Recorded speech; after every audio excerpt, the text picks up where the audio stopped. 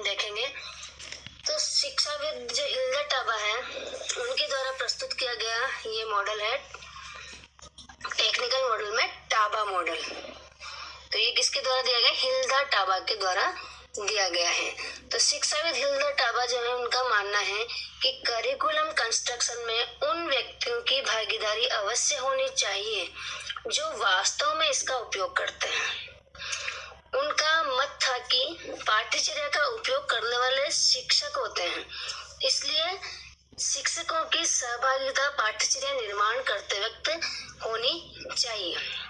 अगर पाठ्यचर्या निर्माण करते हुए शिक्षकों की सहभागिता होगी पाठ्यचर्या तैयार करते समय, तो जो पाठ्यचर्या है वो अधिक व्यावहारिक होगी, प्रैक्टिकली होगी और यूजफुल भी होगी, उपयोगी भी होगी, क्योंकि शिक्षक ही पाठ्यचर्या को पूर्ण करता है।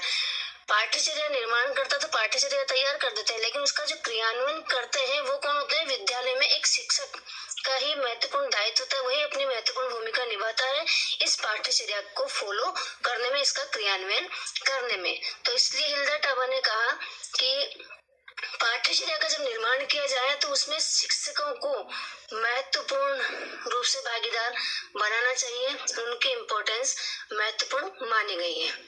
टाबा का कहना था कि शिक्षकों को अपने शिक्षार्थियों के लिए स्वयं टीचिंग मटेरियल्स तैयार करना चाहिए।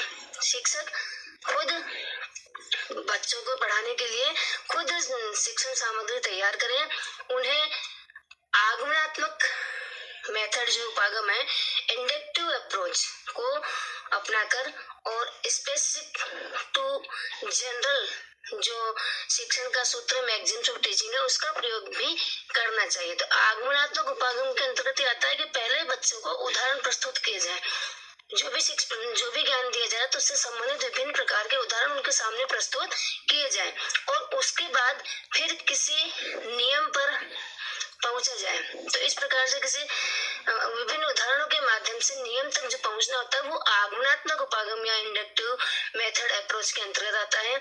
इसी तरह से दूसरा जो एक मैगजीम्स ऑफ टीचिंग हमारा वो है स्पेसिफिक टू जनरल, अर्थात पहले विशिष्ट मोटी जानकारी, स्पेसिफिक विशिष्ट जानकारी दी जाए और विशिष्ट से फिर सामान्य जानकारी की ओर आया जाए। तो इस प्रकार से हिल्दा टाबा ने इन दोनों तरीकों से पढ़ाने के लिए करिकुलम में स्थान दिया जाने की बात कही गई है कि शिक्षक इस प्रकार से अपने कार्य को गति प्रदान करे जब पाठ्यचर्या का क्रियान्वयन करता है। तो कुछ विद्वानों ने हिल्दा टाबा को के जो बेसिक करिकुलम मॉडल जो है उनका मूलभूत जो करिकुलम मॉडल है उनका पाठ्यचर्या मॉडल उनके 7 सोपानों में 7 स्टेप्स में उसे वर्गीकृत किया है। तो वो है स्टेप्स, सबसे पहला है टू डिटरमाइन रिक्वायरमेंट। पहला कौन सा है? टू डिटरमाइन रिक्वायरमेंट अर्थात आवश्यकताओं का निर्धारण करना। सेकंड है टू डिटरमाइन ऑब्जेक्टिव्स अर्थात आवश्यकताओं के निर्धारण के बाद क्या करना चाहिए? ऑब्जेक्टिव उद्देश्यों का निर्धारण करना।